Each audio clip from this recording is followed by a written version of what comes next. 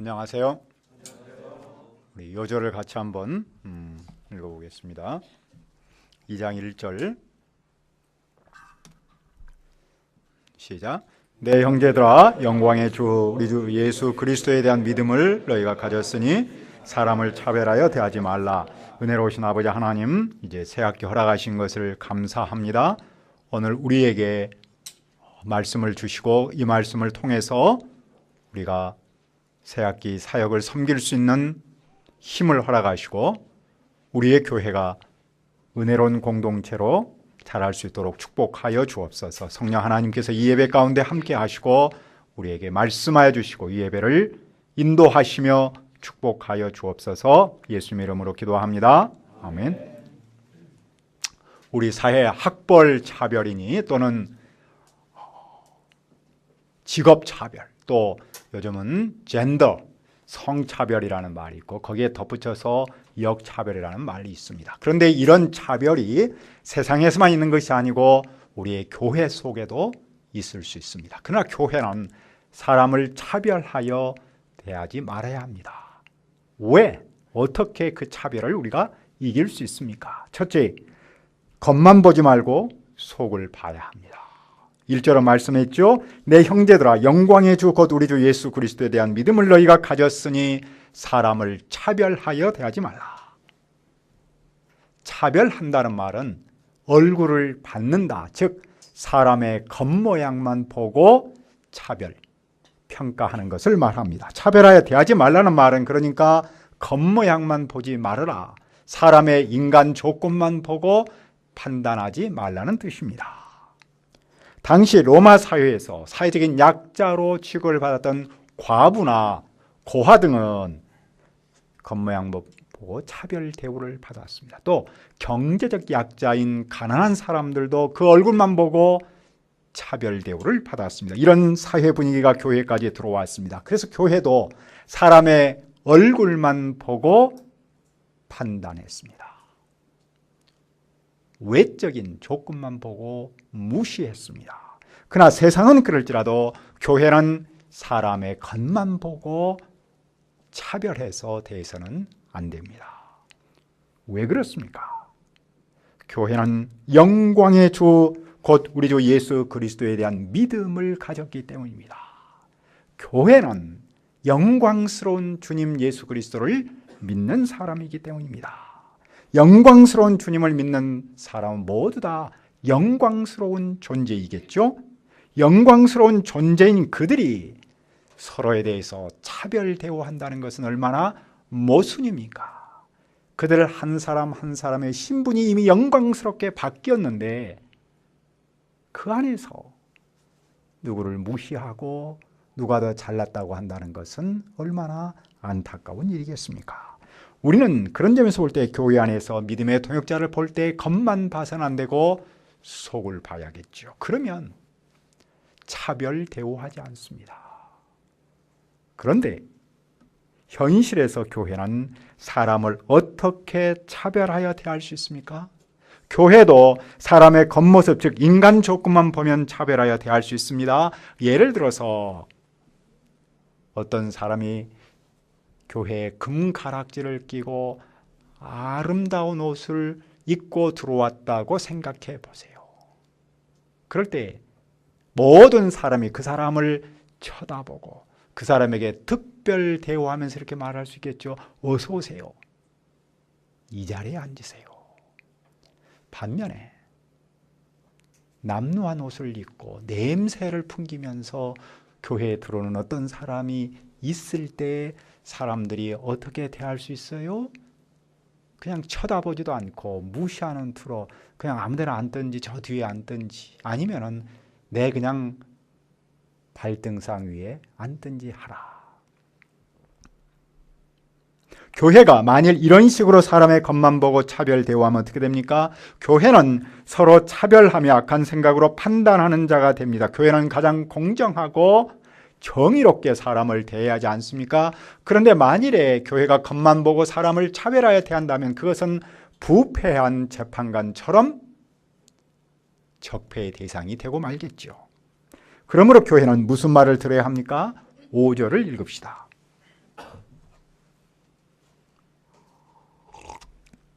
시작. 내 사랑하는 형제들아 들을지어다. 하나님이 세상에서 가난한 자를 택하사 믿음에 부유하게 하시고 또 자기를 사랑하는 자들에게 약속하신 나라를 상속으로 받게 하지 아니하셨느냐. 사람을 차별하는 교회는 하나님이 누구신가에 대해서 들어야 합니다. 왜냐하면 그들은 하나님을 모르고 그분의 뜻을 모르기 때문입니다. 그분의 뜻은 무엇입니까? 그분은 어떤 분입니까? 그분은 가난한 사람을 택하셔서 믿음에 부유한 사람이 되게 하셨습니다. 믿음에 부유하게 하신다는 말은 세상에서는 가난할지라도 믿음에 관한 것에 대해서는 풍성하다는 뜻이겠죠. 이런 사람은 하나님을 사랑하겠죠. 이런 사람은 그 믿음이 깊지 않겠습니까? 이런 사람은 하나님에 대해서 아는 것이 풍성하겠죠. 하나님은 그런 사람을 택하십니다. 그리고 그런 사람에게 당신의 나라의 상속자로 삼으십니다. 그런데 바로 그런 사람이 누굽니까? 가난한 사람입니다. 그 점에서 볼 때 하나님은 가난한 사람을 선택하셔서 당신의 나라의 상속자로 삼으십니다.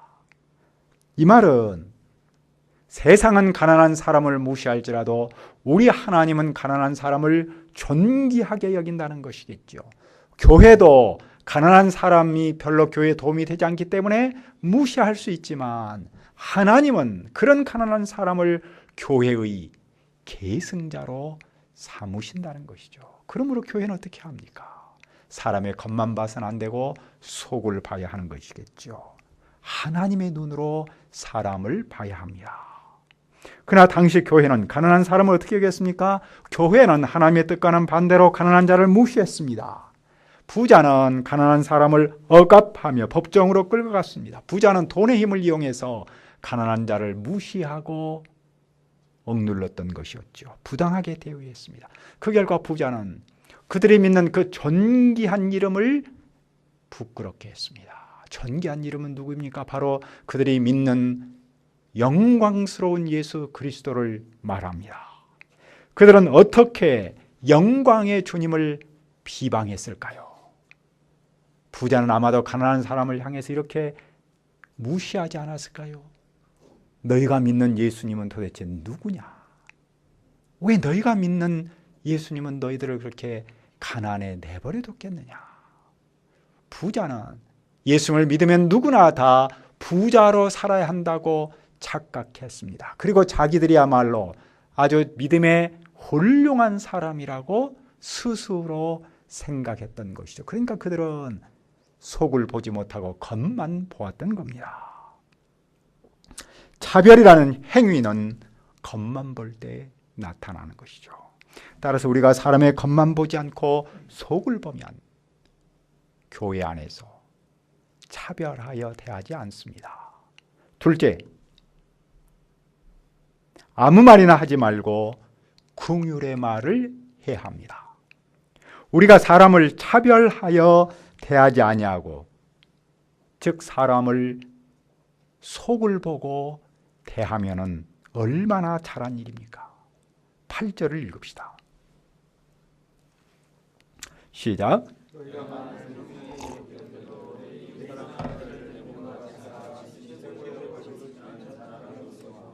성경은 내 이웃을 내 몸과 같이 사랑하라고 가르치십니다.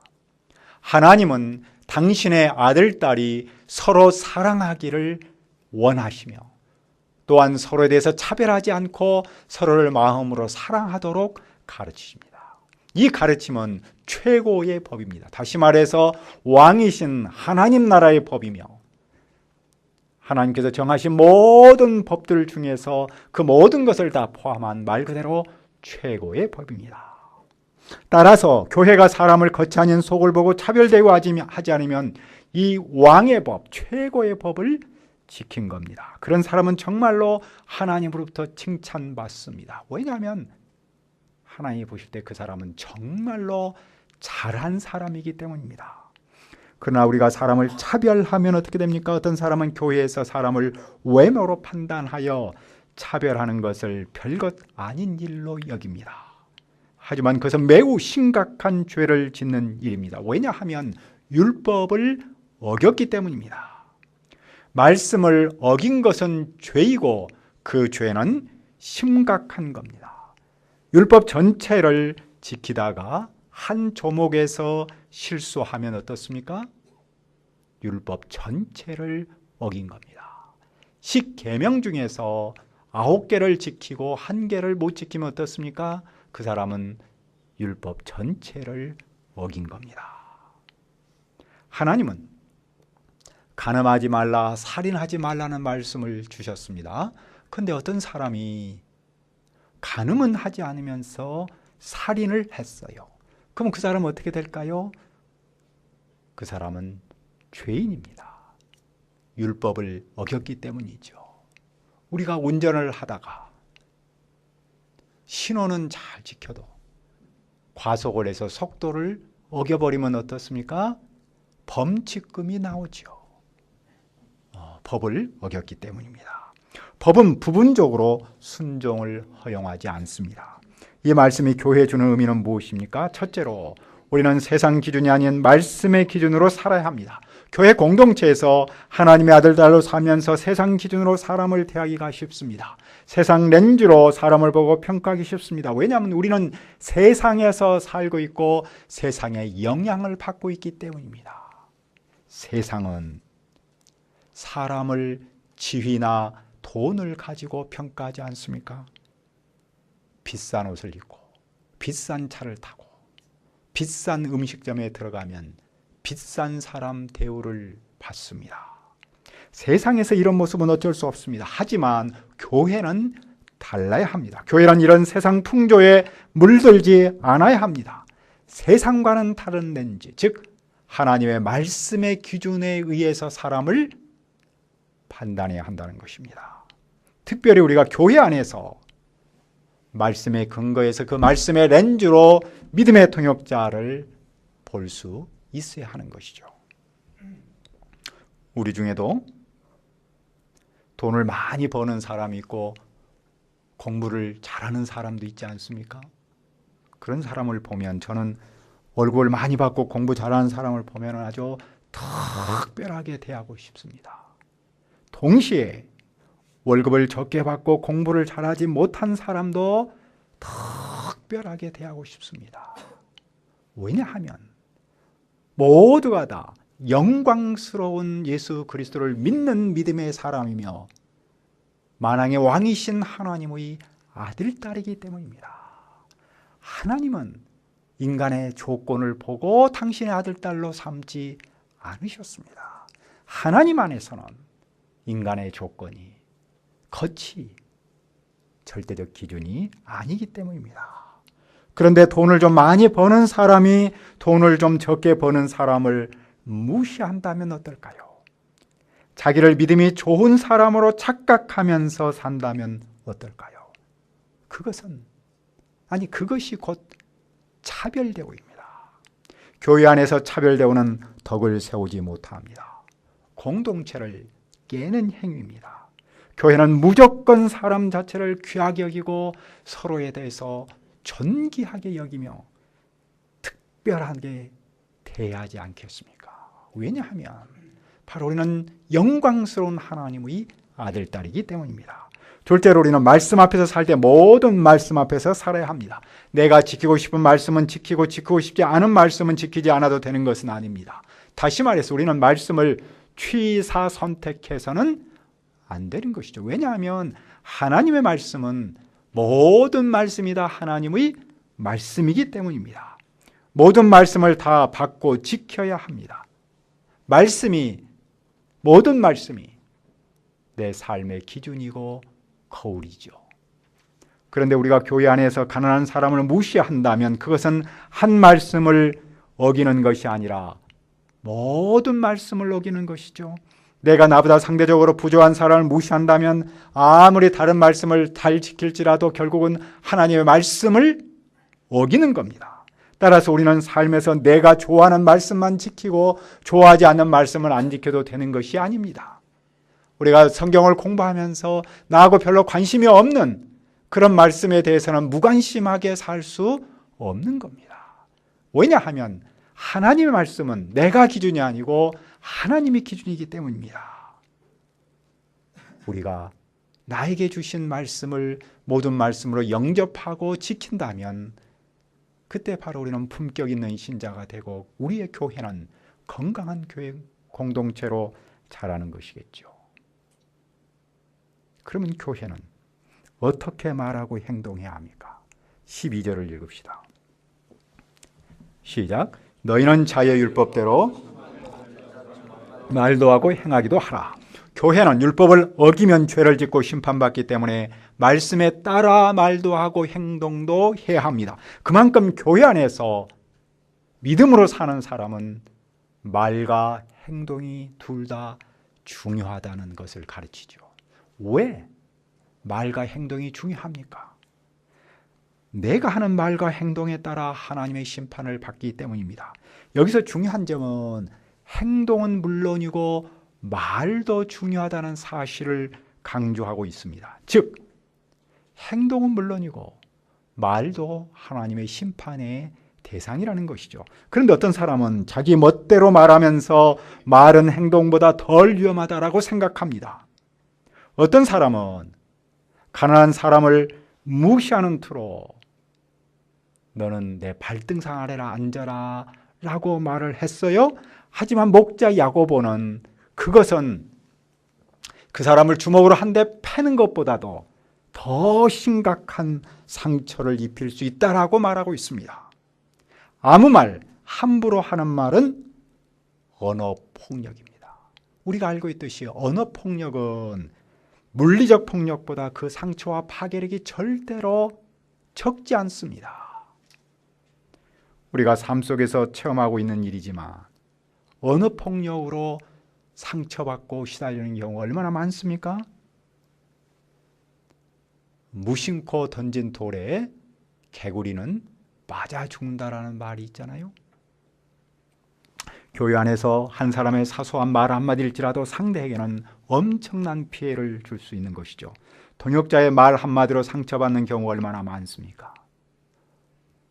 우리를 정말로 화나게 하는 일은 자기는 생각나는 대로 말해놓고 다시 확인하면 난 그런 말 한 기억이 없다든지 나는 그냥 절대 뒤끝이 없다 그렇게 말하는 사람이 있습니다. 그때처럼 화날 데가 없습니다. 우리는 교회 안에서 믿음의 동역자에게 정말로 한마디의 말을 할지라도 아무 말이나 함부로 말하지 않아야 합니다. 그러면 우리는 말과 행동을 무엇에 근거해서 해야 합니까? 13절을 읽읍시다.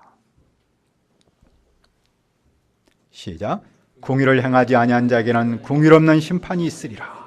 공의로운 심판을 이기고 자랑하느니라. 다시 한번 읽어봅시다. 시작. 공의를 행하지 아니한 자에게는 공의로운 심판을 이기고 자랑하느니라. 교회는 믿음으로 사는 사람은 말과 행동을 할 때 긍휼에 근거해서 해야 합니다.